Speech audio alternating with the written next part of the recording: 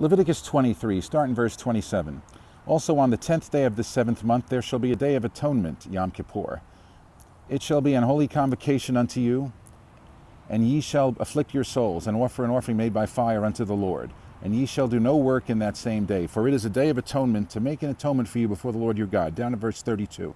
It shall be unto you a Sabbath of rest, and ye shall afflict your souls. In the 9th day of the month at even, from even unto even shall ye celebrate your Sabbath. So it was the 10th day of the month, as we saw in verse 27, and verse 32 shows it's celebrated from the 9th day of the month from even until the 10th day of the month at even.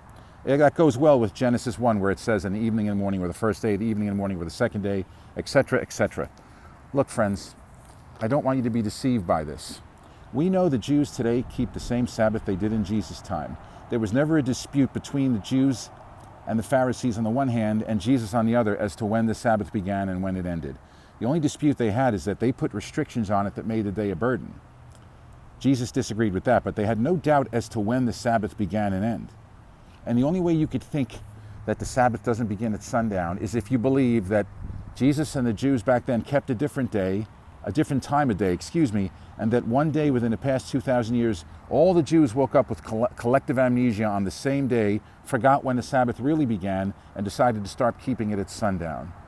That's ridiculous, friends. The Jews didn't forget when the Sabbath began. They keep the same Sabbath today from sundown to sundown on the 7th day that they did in Jesus' time. There's no reason to doubt that, friends. Please don't get confused. Luke 4, verse 40. Now when the sun was setting, all they that had any sick with divers diseases brought them unto him, and he laid his hands on every one of them and healed them. Bullinger writes for that verse, they waited for the end of the Sabbath. The Sabbath ended at sundown. Now, is it wrong to heal on the Sabbath? Of course it isn't. Did the Jews back then believe it was wrong? Yes, they did. So even though there was nothing wrong with healing on the Sabbath, they thought there was.